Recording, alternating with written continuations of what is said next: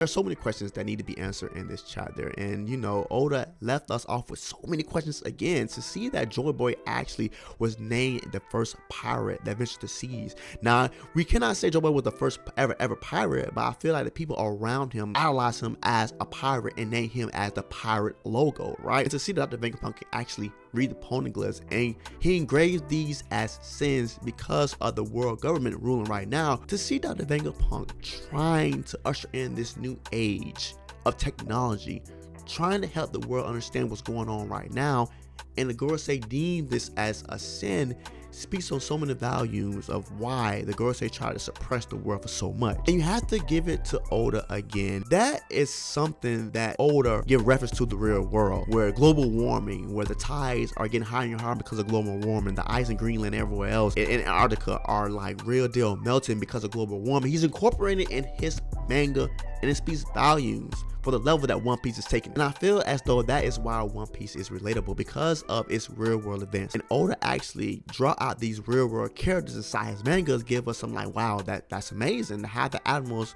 real deal drawn for preference to real life people.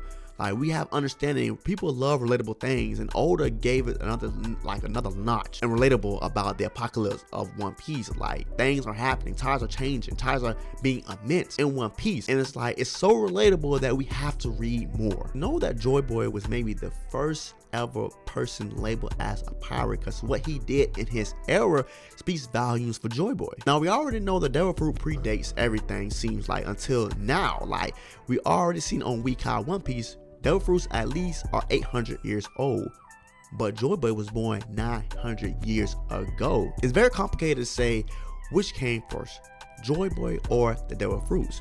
And it seems like Joyboy predates Devil Fruits. And it seems like, moreover, that the Gorosei predates Devil Fruits. If they was active around Joyboy, it seems like their Devil Fruits, their powers, the Gorosei predates Devil Fruits that was actually 800 years old. And let's face it, Joyboy was probably named a pirate because of what he did. He had the most notoriety where he was active in. So it seems like the kingdoms around him labeled him as a pirate because he was doing more of the powerly things. And we can argue back and forth actually which came first, the Devil Fruits or Joyboy.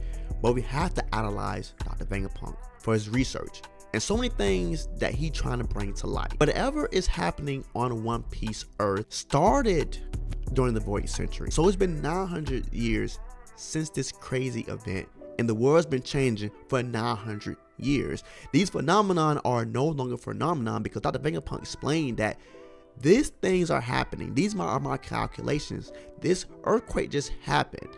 And trust me, and I will tell you the truth, that these are no phenomenons. These ain't no godly phenomenons happening. There's a reason why these things are happening. And people are paying attention to the simple fact that these things are happening for a reason.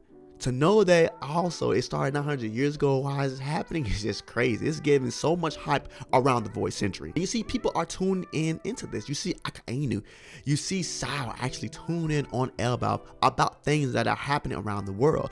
Dr. Vegapunk broadcasting are reaching out throughout the world, and people are listening. You got some people don't believe him, but then you see Mary Joas where the people are like, shut him up. And you got some of the lower likely Mary Joas, right? You got some of the Celestial Dragons that don't know anything about this.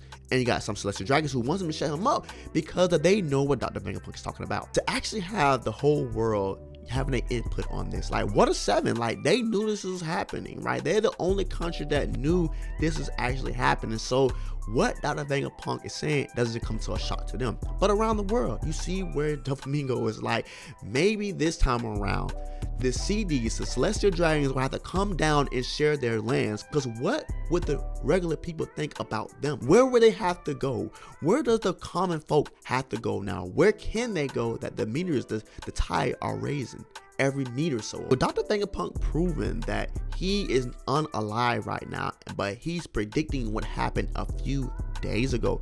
It makes people believe that Dr. Vegapunk is telling the truth. At the end of the day, who can the One Piece people trust? if they are trusting the Marines and the Marines are not telling them this, and some of the islands are inhabitable because of this earthquake in the past few days, where can they run to? People are going to question them like they've been questioning them all the time. Like, people are going to be on the rebel side, on Dragon and Sabo side, because the government cannot be trusted. The Marines cannot be trusted. The Marines and the government are burying themselves even deeper because of this even message. A little side note, Eddison made sure that the Straw Hat ship get off of Egghead. Now, he extended the clouds, so when the Straw Hats Sunny go off of Egghead clouds, it won't land on the land of Egghead. It will actually land in the water. Mind you, Eddison almost sacrificed himself for trying to go through the dome to make sure the Straw Hats leave Egghead. Now, I can say that maybe the transponder stand who's actually broadcasting the huge broadcast around the world may be on the Sunny Go, because the simple fact is that he sacrificed himself, almost sacrificed himself, for the Straw Hats can leave. Now, if this transponder stand is on the Sunny Go,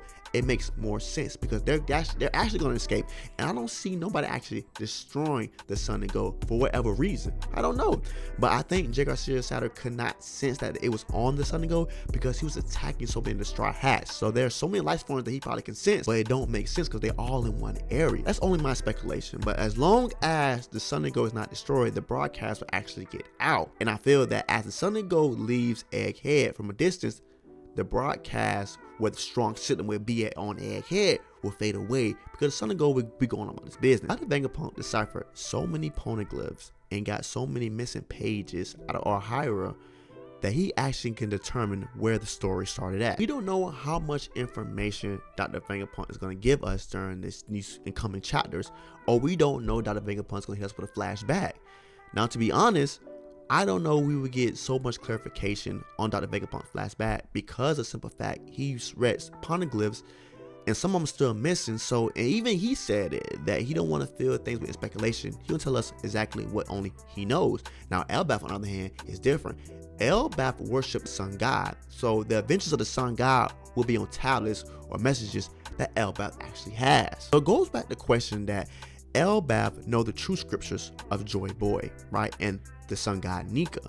Elbaf is going to have so many research on the sun god and so much history surrounding the Void Century. But there's so many people that cannot visit Elbaf, as in it's kind of a lawless area where separated from the government. And plus, regular people cannot visit Elbaf. So that's why it's so hidden to the fact that the history of the world is recorded on Elbaf, a secret place where nobody really can go other than the giants. So to bypass Elbaf, you have to understand the poneglyphs. You have to find the poneglyphs and decipher the poneglyphs to understand the world, to understand the Void Century. Like, what did the battle actually come to for it can alter the earth of One Piece? Whatever it is going to end the world as we know as One Piece. Like the battle between Joyboy and the Gorosei, like it was so immense that these natural phenomena has been happening for 900 plus years. And I feel as though Sal knows everything as he's laughing while the broadcast is continuing. This is even giving more hype for Elbaf to know that we would actually know the world or Joyboy's story, Nika story, once we get to Elbaf. Like, there's two sides to every story. So, but we're gonna get the sun god story. Might not get the full story of the 5 elders. And let's talk about the powers that predate Devil Fruits. Like, what does the Gorosei actually have? Where did they get this power from? How did they learn this power? This is the impossible technology, right, that was happening during the Void Century. Like, it's impossible, Dr. Vegapunk said, that this actually existed. This type of technology existed because look at what we're doing right now. We cannot catch up to them anywhere fast, right, as their technology right now. To think about the things and how smart these people was during the Void Century is something else, bro. The information that Dr. Vegapunk is going to give us during these chapters is going to be some next level information to know about Joyboy during the Void Century, to know the powers that the Void Century actually have, to know that the technology enhanced these people power or gave them power instead of these Devil Fruits. And it seems like whatever happened during the Void Century ushered in the Devil Fruits. Now, I said this last chapter that I think the ancient weapons was actually to help the world, right, improve because of actually what's going on right now.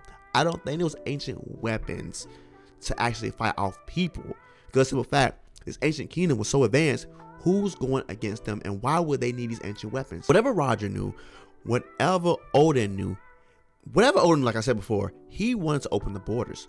I think they knew about the world and what's happening right now, and open the borders will actually set out Pluton. And maybe Pluton can help the world before the apocalypse happens. But whatever happened during the Void century, ushering people manifesting powers, manifesting things that they wish they can do. Whatever Big Bang theory you have that Devil Fruits was created, please let me know, because I'm in shambles right now to know that Devil Fruits 800 years old and Joyboy was born around 900 years ago. Like, the battle happened, and then it seems like Devil Fruits just started just popping up everywhere around the world.